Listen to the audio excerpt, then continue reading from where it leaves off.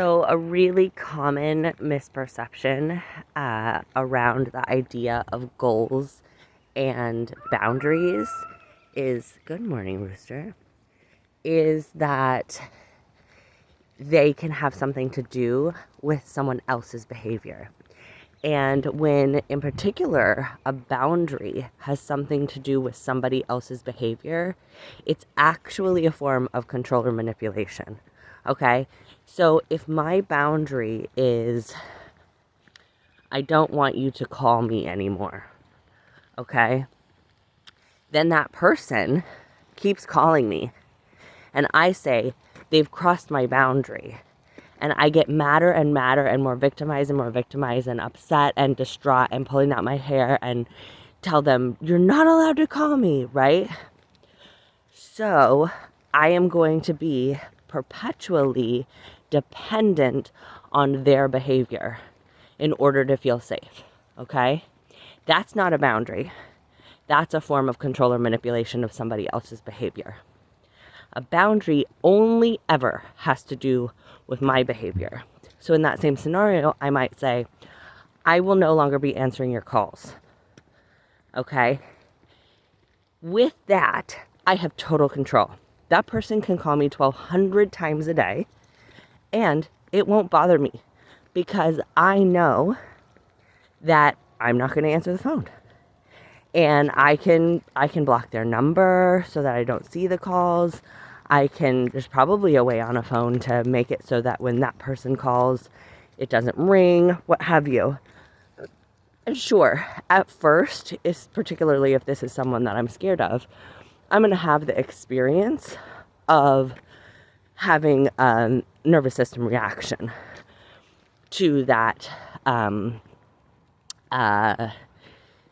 phone call, right? When I see that phone call come up, if I haven't blocked them, then I'm going to be, either some form of mobilized or immobilized, okay? And then I'm going to support myself with my nervous system exercises when I can.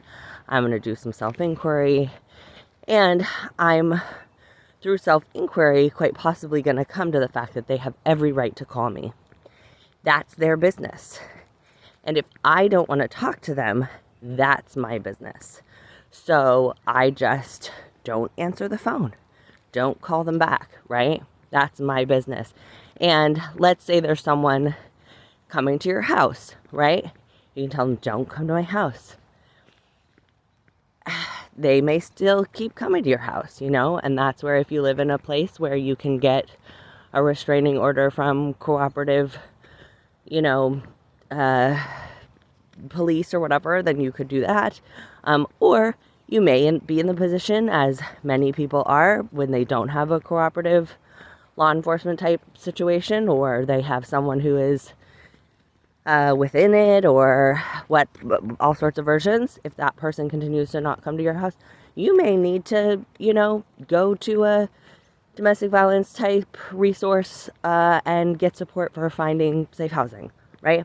And you could go through a whole lot of it's not fair, they shouldn't, but all of the it's not fair and they shouldn't in the world will only make you feel worse, right? Because whenever we're saying, I'm not okay unless somebody else does or doesn't do something, we are beholden to their behavior. And it's a form of entrapment. That's why so many people feel stuck, because they're waiting for other people to do something differently so that they can feel okay. All right, so I'm not going to feel okay unless my boss stops treating me this way. I'm not going to feel okay unless my business grows and I can leave my 9-to-5. I'm not going to feel okay, and that's where goals can come in to play with this, okay? So if winning or reaching your goal involves something that leaves you dependent on somebody else's behavior, even if it's something else's behavior, like let's say you're a trader and you are dependent on the market, I don't know much about this, then no matter what kind of skills you bring to the trading, your winning and your achieving your goals is going to be dependent on the stock market. If you're saying my goal is to get 100,000 subscribers on YouTube, your goal, no matter how great your videos are, your goal is dependent, winning is dependent on 100,000 people subscribing to your video, and you can't control that. There's some phenomenal YouTubers out there who have 2 subscribers, right? So if you can rearrange your goals and your boundaries to make sure that they never include behavior or anything that is outside of your control, then you can win every time, right? So we know that no matter how good a business is, no matter how good of a person you are, relationship loss and business loss is a part of being on this planet. There are people who may try to convince you otherwise. And that just, if we look at history, even the most successful business people have had massive business failures. And even the sweetest, kindest people have had relationship loss, whether it's through, divorce or breakup or just someone dies, right? So if your boundaries and your goals are dependent on other people, you're setting yourself up for constant loss and frustration, and you're going to have to deal with a lot of wins and a lot of losses, right? If your goals and boundaries are tied up only with what you can control, then everything becomes a potential win, right? So let's say for my business, my goal is to show up with joy and service and authenticity for all of my clients and for all of these videos. When I'm not able to do that, my goal is to take a break. And in that way, whether I continue having clients or not, I have won, right? So if it gets to the point where, nobody wants to work with me anymore, and I end up, trying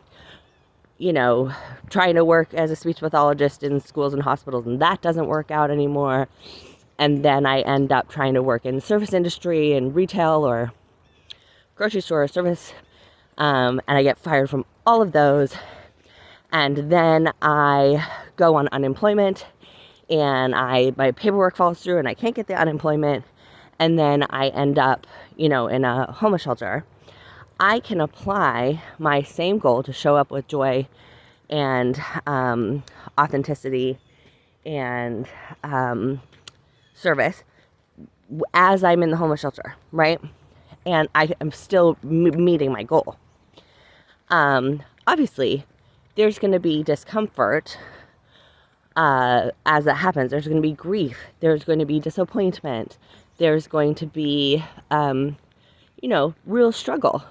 It's not to say that when things don't go as you had planned or hoped, that it's not uncomfortable or frustrating or legitimately scary, right? But as a person who has spent time living out of my car, as a person who has gone through periods of losing every single relationship in my life, as a person who was, threatened with losing my parenting rights, who has spent time in psych hospitals, who has lived off of government assistance as a parent, right? I have, and as a person who has, and as a person who has attempted suicide, had a near-death experience, and then had to wake up to the oh shit, I'm still here. I have been fortunate enough. All of those things make me feel really fortunate in that I have real, actual lived experience that I survive more than I want to survive. And here, let's turn around because they're moving a big house over there, which is one of the coolest things, I think. They can pick up a whole house and move it. Anyways, so knowing that I have survived these things makes the like trust process way easier for me, which I know not everyone has had those experiences. But even without those experiences, when I reorient myself to goals and boundaries that only have to do with my behavior and mostly with my attitude, right? Because even my behavior can be hijacked by my nervous system. So if I say I'm going to, embrace pain with compassion, that sets me up to not have to be healthy, to not have to be pain-free, to not have to be feeling good. Or it could be I embrace pain and health with equal compassion or with equal love, right? Then I'm setting myself up to win always. And if I get myself in a circumstance where I'm like, I want to, throw a tantrum about the pain I'm having, then I can, offer myself like, okay, here you are with emotional pain related to the physical pain. Can you offer unconditional love to this too? And those kind of goals are always winnable, right? Always achievable. Make your goals and your boundaries always achievable by eliminating dependence on any outside condition, and you will set yourself up to always win in a world that is guided by, and I learned this from Quasi Joe here, I'll attach a video that goes over this, guided by the law of entropy, which is the law of physics that has to do with chaos is the place where nature is going to go most often. And order means like I make a plan and it goes according to plan. So it is more likely that plans will not work out than that they will work out. So knowing that, how do we work with that, right?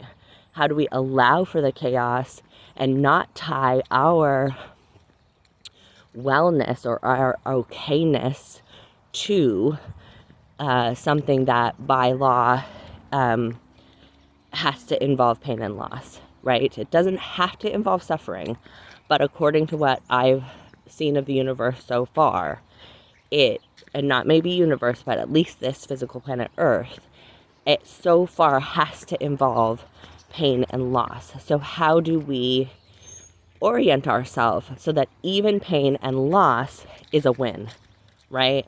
So right now, I've been going through about a week of mild headaches and some neck pain, which is something that I used to experience a lot.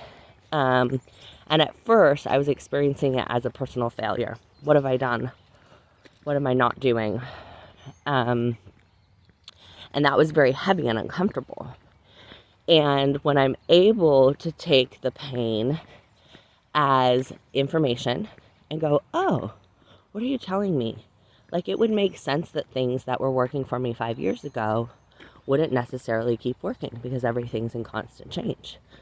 So who do I need to understand myself to be now to support myself through this period of headaches and neck pain? What might I like to offer myself? First and foremost, I'm going to come to that judgmental part who wants to accuse me of doing something wrong and being punished with this pain. With compassion and understanding, boy, have you been trained to punish me. Boy, do I understand where that's coming from, given our ancestral inheritance, particularly around religious constructs where pain is punished. And boy, have you been working hard to keep me safe, and thank you. And how can I take really good care of you right now, knowing that you're doing your best? And how can I take really good care of me also with the discomfort that's arising from thinking that there's something wrong with pain. So anyways, this is a topic that I really love, talking about the concept of boundaries that we've been given and how they typically involve controlling someone else's behavior, and giving ourselves the opportunity to redefine it as making it something that is completely about us and never about anyone else or any other circumstance. Okay, I love you all so much, and I look forward to talking soon.